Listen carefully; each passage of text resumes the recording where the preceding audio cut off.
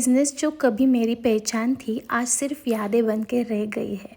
Hello friends, welcome back to my channel. मी प्रियंका तुमचं सगळ्यांचं स्वागत करते आहे. सो आज मला एक ऑर्डर मिळाली होती फ्लोरल ज्वेलरीची आणि तीच मी कंप्लीट करत होते. सो खूप छोटीशी सुरुवात होती ती. खूप मेहनत करत होते मी. ऑर्डर्स मिळायचे, कस्टमर्स ॲप्रिशिएशन करायचं आणि मला खूप प्राऊड वाटायचं. पण नंतर माझं बेबी झाल्यानंतर नॅचरली सगळा फोकस बेबीकडे गेला. बिझनेससाठी टाईम मिळत नव्हता, कन्सिस्टन्सी तुटली आणि हळूहळू माझा बिझनेस ऑलमोस्ट स्टॉप झाला. हे खूप पेनफुल असतं. म्हणजे एखाद्या झाडाला कसं रोज आपण पाणी टाकतो आणि त्यानंतर ते हळूहळू फुलतं आणि एकदम आपण पाणी टाकायचं जर विसरलो तर ते एकदम हळूहळू मरायला सुरुवात होतं. तसंच काही. सो हे खूप पेनफुल असतं. जेव्हा तुम्ही एकदा काही ग्रो करता आणि आज ते फक्त फोटोज आणि मेमरीजमध्ये उरतं ना, ते खूप पेनफुल असतं. आज पण कधी ऑर्डर्स येतात, 2 ते 3 महिन्यातून तरी एकदा येतात. पण तेव्हा वाटतं हा बिझनेस अजूनही जिवंत आहे. या सगळ्यातून एकच शिक्षण मिळतं. ऑनलाईन बिझनेस म्हणजे कन्सिस्टन्सी खूप इम्पॉर्टंट आहे. तुम्ही एकदा ब्रेक घेतला तर सिस्टीमसुद्धा पूर्ण ब्रेक होते. आज मी पुन्हा हळूहळू स्टार्ट करण्याचा ट्राय करते. तुमचा सपोर्ट मिळाला तर नक्कीच परत उभारेन. जर तुम्ही पण बिझनेस सुरू करत असाल तर खूप कन्सिस्टंट राहा, ड्रीम सोडू नका. हीच एक खूप मोठी टीप आहे माझ्याकडून. आणि ह्या स्मॉल बिझनेस ह्याच्यावरतीच बेस्ड असतात. So don't worry, B consistent always. So हे फ्लोरल कलिरे होते, खूप सुंदर झाले होते, तुम्ही बघू शकता. मी ऑर्डर पूर्ण केली आणि त्यानंतर मग ही माझ्या भावाची करामत चालली होती. हा माझ्या भावाचा तबला आहे आणि हा वरती ठेवला स्टोरूममध्ये. पण हा तिथे येऊन हा वाजवतो. ह्याला माहीत नव्हतं, पण हा कसा काय वाजवायला लागला ह्याचं ह्याला माहिती. चला, एक तरी मला गुण कळला की ह्याला हे आवडते. So let's C.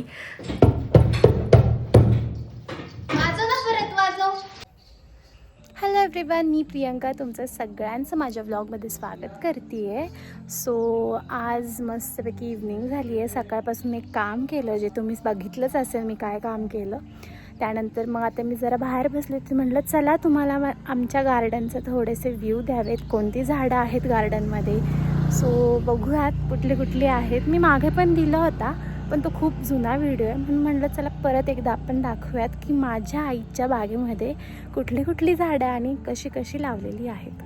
सो इथं मस्त एवढ्या साऱ्या तुळस आलेल्या आहेत ना, आणि इथे जवळ आलं ना की इतकी छान तुळशीची म्हणजे वास येतो ना, इतकी छान तुळस आहे ही. मस्त स्मेल येतो ह्याच्याजवळ. नंतर इथं काकडाचं झाड आहे छोटंसं, हे पारिजातक आहे. त्यानंतर इथं शोची झाडं लावली आहे. आणि हे जे आहे ह्याचं नाव मी विसरले, काय म्हणतात बरं ह्याला, चला आठवल्यावर सांगूयात काय म्हणतात. तुम्ही जर मला म्हणजे तुम्हाला जर माहीत असेल ह्या फुलाचं नाव काय, बघा इथं फुल आहे, तर मला नक्की सांगा. माझ्या लक्षात नाही आहे ॲक्च्युली. इथं आमच्या वडिलांनी जे आहे इथं ऊस लावला आहे मस्तपैकी. शेतासारखं एक लावलं आहे, पण त्याला मस्त फुटलेलं आहे, बघू शकता. त्यानंतर इथं हे मस्त गुलकंदचा गुलाब आहे, खूप सुंदर. याला आता फुलं नाही आहेत, पण मागे खूप छान बहरला होता. हा सुद्धा गुलकंद गुलाब आहे. हे पांढरं जास्वंद आहे, बघू शकता किती ग्रोथ आहे ह्याला, इतकी भारी ग्रोथ झाली आहे. आणि ह्याला इतकी फुलं निघतात ना, ताटभर तरी रोज ह्याची फुलं निघतात. आणि तिकडे जे आहे त्याच्याच पलीकडं म्हणजे बघू शकता, बघा पिंक कलरचं जास्वंद आहे, तेही खूप उंचावर. आणि त्याच्या कळ्या बघा किती आल्यात बघा, म्हणजे इतकी छान ह्याची ग्रोथ आहे. त्यानंतर हा पिवळा चाफा आहे आणि हा आंबा आहे. ह्याला अजून, अरे वा, ह्याला मोहर आलाय. अरे हे माहित नव्हतं कोणालाच घरात, ह्याला मोहर आलाय. अरे बापरे, म्हणजे ह्याची अपेक्षा नव्हती यावर्षी मोहरीन, पण मोहर आलेला आहे. चला, त्यानंतर इथं नारळ आहेत मस्त असे, अजून नारळ यायचं आहे. नंतर हे कढीपत्ता लावला इथं, आणि इथे साईडला कंपोस्टिंग करायला ठेवलं आहे. सो ते साईडला एकदम. इथे परत एकदा चाफा आहे मस्तपैकी. खूप छान चाफ्याची फुलं येतात ह्यालासुद्धा. हे जे आहे ते डाळिंब आहे. खूप छोटंसं रोपटं लावलं होतं आणि लास्ट टाईम खूप याला डाळिंब आले होते, पण त्याचं छोटंसं रोपटं असल्यामुळे ना त्याची सगळी फुलं गळून गेली. पण ह्यावेळेस आय गेस खूप येतील. बघा तुम्ही इथे बघू शकता, ह्याला फुलंसुद्धा आली आहेत. सो आता ह्याला बहर सुरुवात होईल. त्यानंतर इथे लिंबू आहे, इथे परत तुळस आहे. तुळसच तुळस. इथे पपई लावली आहे. हा गावठी गुलाब आहे आणि हा सुद्धा गावठी गुलाब आहे. ह्याचं आता कट केले बरेचसे ब्रांचेस, त्यामुळे त्याला कळ्या कमी आहेत, पण ह्याला सुद्धा खूप फुलं येतात. हे बघा इथे पण कळ्या दिसतील. आणि ह्याच्या काटे जे आहेत ना ते इतके रुजतात ना. लास्ट टाईम पूर्ण काटे काटे लागले होते मला हाताला. सो ह्याचा कट केल्यामुळे ह्याला कळ्या फार कमी आहेत, पण ह्याला खूप छान फुलं येतात. त्यानंतर इथं हे जे आपले खायची पानं असतात, नागिनीचे पानं पण म्हणतो, याचा वेल आहे. मग इथं परत पपई आहे, पण आता ही पपई संपत आलेली आहे, हिचं लाईफ. सो ही अशी आहे. इथं आळूची पानं लावली आहे आणि इथं लिंबूचं रोपटं. हे काय माहिती खूप दिवस झाले असंच आहे. ह्याची वाढ पटपट होत नाही. जर ह्याच्याकडे कोणाकडे सोल्युशन असेल की ह्याची वाढ पटपट कशी करता येईल तर नक्की मला सांगाल. नंतर इथे परत पपई लावलेली आहे. इथे आता मोगरा आहे. ह्याला पण फार कळ्या आल्यात आणि हा 12 महिने मोगरा फुलतो असं ॲक्च्युली. त्यामुळं खूप छान, कारण ह्या दिवसात मोगरा येत नाही माझ्या माहितीनुसार, पण ह्याला आलं आहे. आणि हे जे वाढलेलं गवत बघता, इथं पूर्ण हळद आहे. आता ती काढायला आली आहे. आता next Saturday Sunday I guess ही हळद काढणार आहेत आम्ही. आणि हे परत ही छोटीशी पपई. इथे परत दुसरा नारळ आहे. हे बघा इथे दुसरा नारळ आहे. त्यानंतर ह्या घेवड्याच्या शेंगा आहेत इथं. ह्यानंतर घेवड्याच्या शेंगा आहेत. इथे छोटी छोटी रोपटं लावली आहेत अशी घेवड्याच्या शेंगांची. आणि हे अंजिराचं झाड आहे. हे सुद्धा छान असं आलेलं आहे. ह्याला अजून एकही फळ लागलेलं नाही आत्तापर्यंत. होप सो नेक्स्ट इयरला लागेल. आणि हे परत हळदच आहे. आता ही अशी वाळल्यानंतर म्हणतात की काढायची असते, सो आता काढायलाच लागणार आहे ही.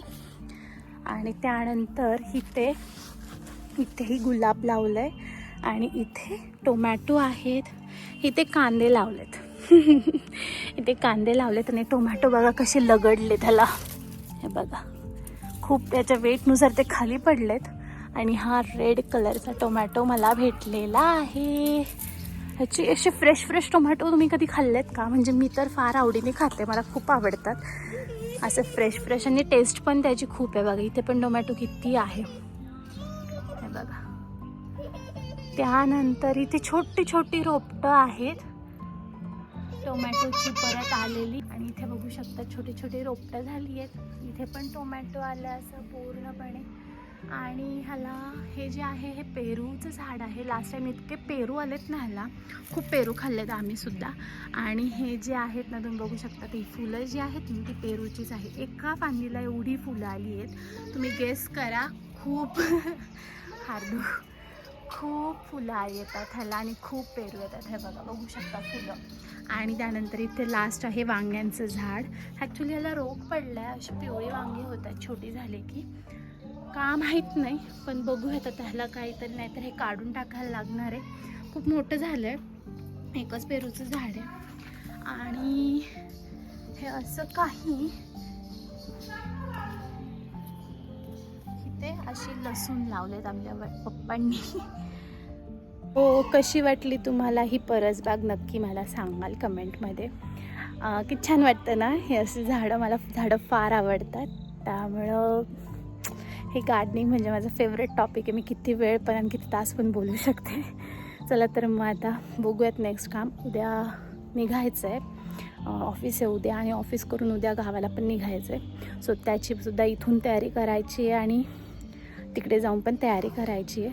सो इथली तयारी तुम्ही बघू शकाल मी काय काय करते आहे. चला मग बघूयात.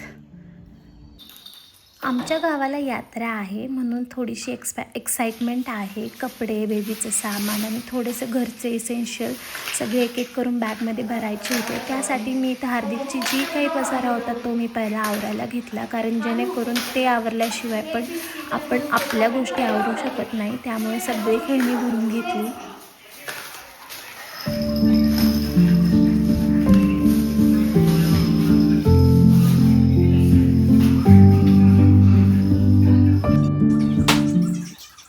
फॅमिलीसोबत ट्रॅव्हल करायचं म्हणलं तर खूप काही प्लॅनिंग लागते आणि ते खूप इम्पॉर्टंट पण असतं. एक्स्ट्रा कपडे, डायपर्स, मेडिसिन, ब्लँकेट सगळं रेडी करावं लागतं. आणि काय झालं आहे त्यात हार्दिक इकडे असतो, अर्धं सामान माझ्या घरी आहे, अर्धं सामान इकडे मम्मीकडे आहे. त्यामुळे जे काही आता मला तिकडं न्यायचं आहे तिकडं मी हे सगळं सॉर्ट करते. परत माझ्या घरी जाऊन पण मला सॉर्ट करायचं आहे. सो आणि हे करता करता बघितलं तुम्ही जी मी काय आवरून ठेवली होती खेळणी त्यांनी ती सगळी ओतून काढली. म्हणजे असं असतं किती पण आवरा, हा पसारा तो कायम घरातच राहतो.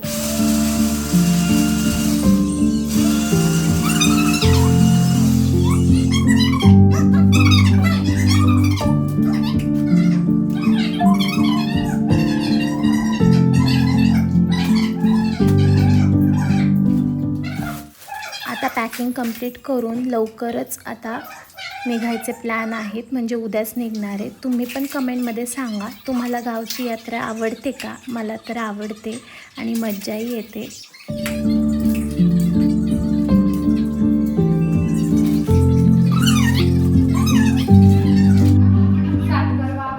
आणि इथे लाईट गेली होती तरी हार्दिकचं खेळायचं काम चालू होतं. यालाच म्हणतात कन्सिस्टन्सी.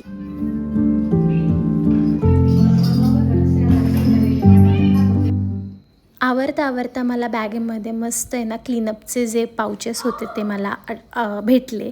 सो हे 30 रुपयांमध्ये मी क्लीनअप केलं होतं. सो पहिले मी विंचरून घेतले. माझे हेअर ग्रोथ छान झाली आता मस्तपैकी. आता थोडंसं हेअर फ्रीझी झाले थोडेसे हिवाळ्यामुळे, पण स्पा केल्यानंतर हे रेग्युलरमध्ये येतील. सो इट्स ओके, हे असं होतं विंटर्समध्ये.